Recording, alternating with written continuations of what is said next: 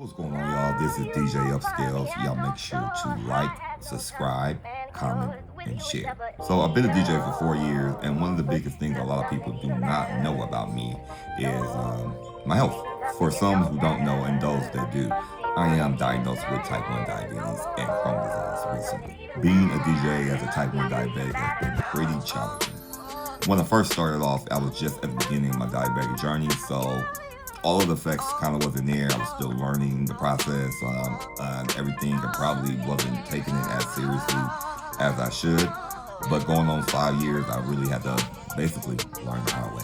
Being a DJ is already a tedious schedule. You mean the loading, unloading, the preparation, the traveling, setting up, playing for hours, and getting home late. It's basically like a regular job. It is a job. 8 hours, just like anybody else goes to work 8 hours. We go to work for 8 hours, even more. With this task already being such demanding, being a type 1 diabetic doesn't make it any better.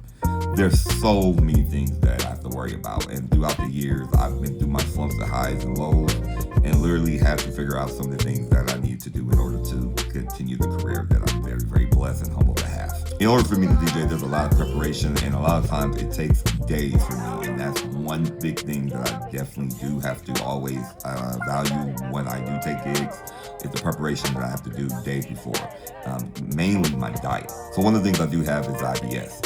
It basically affects my intestines. So a lot of times I can naturally feel bloated or feel full or just have excruciating pain in the right avenue. So that really is painful. So a lot of days I have to really be strict on what I'm drinking and what I'm eating, because the day of, I definitely want to be energetic and I want to be able to provide the services that I am required. So you'll see me with a lot of things, like you'll always see me with like these type of waters, so like alkaline water. My good buddy right here, my Ninja Blast. Everyone laughs at my Ninja Blast because right in the middle of the set, I will basically turn this on and basically do a protein shake. And they're like, how are you in the middle of the club doing a protein shake? Here's why. Most of the time, clubs end at 1 or 2. When you're unpacking and you're loading everything, you're pretty much going to be wrapping up about 3. At this time of being a diabetic with my health issues, there's nothing really open but McDonald's, Burger King, Rally's, Wendy's, or whatever fast food place. And most of those options are not good for me. So it makes it difficult. So a lot of times I do cheat and bring this, or I will meal prep. They'll see me with spinach and broccoli and asparagus, and they're like, well, he has a good meal. Or I have salmon, I do a lot of fish. I've really backed down from red meat. So don't be shocked if you see me eating healthy food, or y'all pull out this bad boy right here. Trust me, it's better for me, and it'll keep me energized and keep the crowd jumping all night. Snacks. I cannot stress the fact of having little small bites of snacks. You never know, sometimes with the energy and when you're moving, your sugar will happen to go low.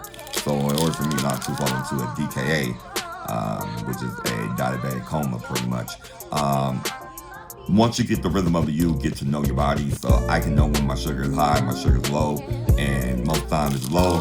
I can go grab one of these out of my DJ bag or my little bag, and it'll last. Glucose monitor. Always gotta check your levels, just in case. Like I said it before, a lot of times I do know when my sugar is high and low, but just in case, you never know. Always keep this. This is like your Bible. This is your monitor. It lets you know where your levels is and how study is going up and down. Also, I do wear the desktop monitor, so it does report to my phone, and you hear my phone incessantly beeping in certain sounds. Either that means it's too high or too low. And one more thing, and I know everyone's not mind readers, DJs don't have that many breaks. So a lot of times when we're playing and we put on something really quick and we know the time, we probably got about 4 or 5 minutes. Usually those bathroom breaks are handling some type of business. Most of the time I'm handling diabetic business, so it's kind of frustrating, and a lot of people don't understand. That's why I'm very, adjustable to the situation. But I might not be running to do anything else. I may be running because I need to go take an insulin shot or anything. And speaking of insulin, make sure if you are taking insulin that you do have your medications and insulin. This could be a lifesaver. This could change everything. It could change the whole perspective of the night. You never know what happened. I have these on me. I have these at places that I stay, so I'm never without my insulin, just in case.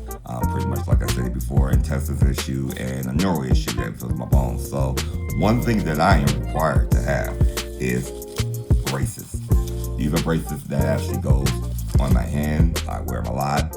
I've adjusted how to DJ with and without them, but most of the time if I'm lifting things, I'm going to have these on. Also going to have my elbow braces that help protect. One thing about being a DJ that I learned, and when you have issues, being in a position like this and this causes problems. I'm already seeing a physical therapist and I'm already seeing a chiropractor. Situation's getting a lot better, but doing 3 or 4 nights a week for years is wear and tear your body. Just like a car or vehicle you have to go get it maintenance, you gotta go get it tuned, you gotta go get the oil changed, the wheels changed. So pretty much that's what you have to do with your body as well. And last but not least, the mental fatigue. I mean, first when I started DJing, I was feeling fine. Then about 2 years ago when the effects start going in and my problems start worsening, or I wasn't paying much attention to being a diabetic, I was feeling the effects. It wasn't easy, low energy, DKAs, not monitoring right, not checking my blood level, not eating right. All of that plays effect at late night, less sleep, long travels. It's already wear and tear for a regular person, but the diabetic, it becomes very, very heinous and very, very stressful. So one of the big key things for being a diabetic is to make sure that you're on top of your sugar, make sure you always have your medication, make sure your diet is right, get a lot of rest, and trust me, you can still continue to do what you love. I'm an advocate of that. There's actually 2 DJs that I actually do listen to that are diabetic that actually help me through the process. One is Harriet Jackson. If you are diabetic or you have any other health issues, I advise please check out her podcast. Please listen to the information. Please follow her.